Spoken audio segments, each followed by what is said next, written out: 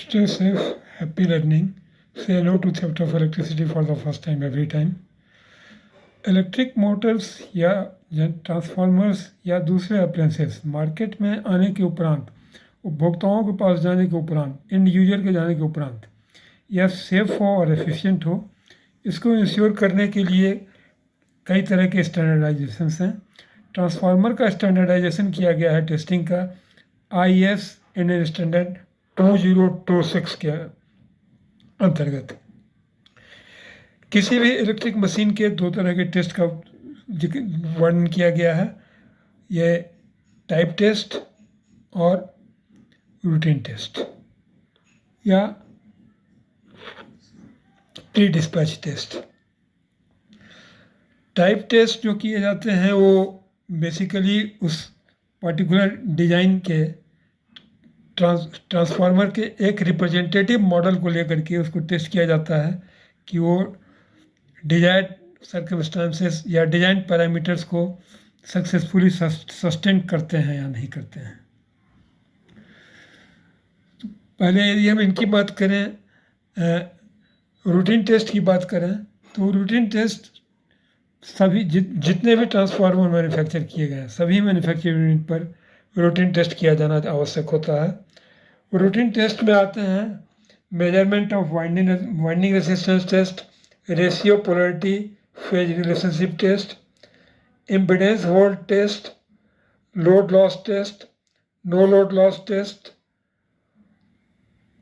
No load current, insulation resistance, induced over voltage test या high voltage high frequency test, separate source voltage resistance test या high voltage test.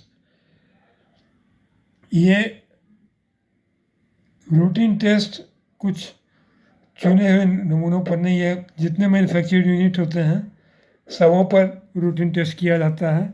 ये test करने के उपरांत ही inspection call दिया जाता है एंड यूजर को। एंड यूजर के रिप्रेजेंटेटिव या इंस्पेक्टर मैन्युफैक्चरर की फैक्ट्री में जा कर के मैन्युफैक्चर्ड यूनिट का कम से कम 10% सैम्पलिंग करते हैं। अर्थात यदि 100 ट्रांसफार्मर का ऑफ़र किया गया है टेस्ट करने का, तो इंस्पेक्टर उसमें से रैंडमली 10 ट्रांसफार्मर को चुनते हैं और उस पर रूटीन टेस्ट करते हैं।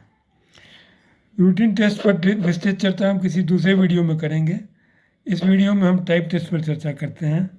टाइप टेस्ट बेसिकली होता है, ये हम स्क्रीन पर देख पा रहे हैं, short circuit withstand test. Transformer जब ऑपरेशन में होता है तो इस पर फॉल्ट होते रहते हैं और फॉल्ट होने के कंडीशन में फॉल्ट करंट इसके थ्रू फ्लो करता है। तो ये डिजाइन फॉल्ट करंट के लिए ये ट्रांसफार्मर सस्टेनेबल है या नहीं, या दूसरे पैरामीटर्स के लिए डिजाइन पैरामीटर्स के लिए सस्टेनेबल है कि नहीं, इसके लिए इसका short circuit withstand test किया जाता है। यह डिस्ट्रक्टिव टेस्ट होता है। इस टेस्ट के उपरांत सामान्यतः उस ट्रांसफार्मर को सामान्य उपयोग में नहीं लिया जाता है। अगला होता है हमारा टेम्परेचर राइज टेस्ट। ट्रांसफार्मर की कैपेसिटी क्या है वह इससे पता चलता है कि यूज करने के उपरांत वह कितना गर्म हुआ। तो टेम्परेचर राइज टेस्ट IS 2026 में प्रावधान तो किया गया है वाइंडिंग टेम्परेचर राइज एम्बियंट से 55 डिग्री सेंटीग्रेड और टॉप ऑयल, ये ट्रांसफार्मर के इस पॉइंट तक तेल भरा रहेगा ना, तो टॉप ऑयल का टेम्परेचर एम्बियंट से मैक्सिमम 50 डिग्री अधिक होना चाहिए। हालांकि REC रूरल इलेक्ट्रिफिकेशन कॉर्पोरेशन ने अपने स्टैंडर्ड में maximum permissible temperature rise of winding 40 degree और टॉप ऑयल टेम्परेचर 35 डिग्री ही अलाउ किया है। अगला होता है हमारा ये lightning impulse voltage withstand test.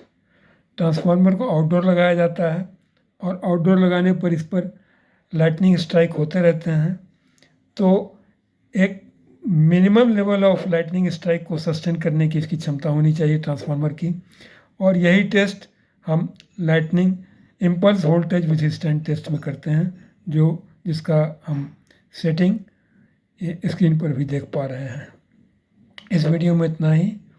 Thank you. Stay safe. Please like, subscribe and comment. Thank you very much.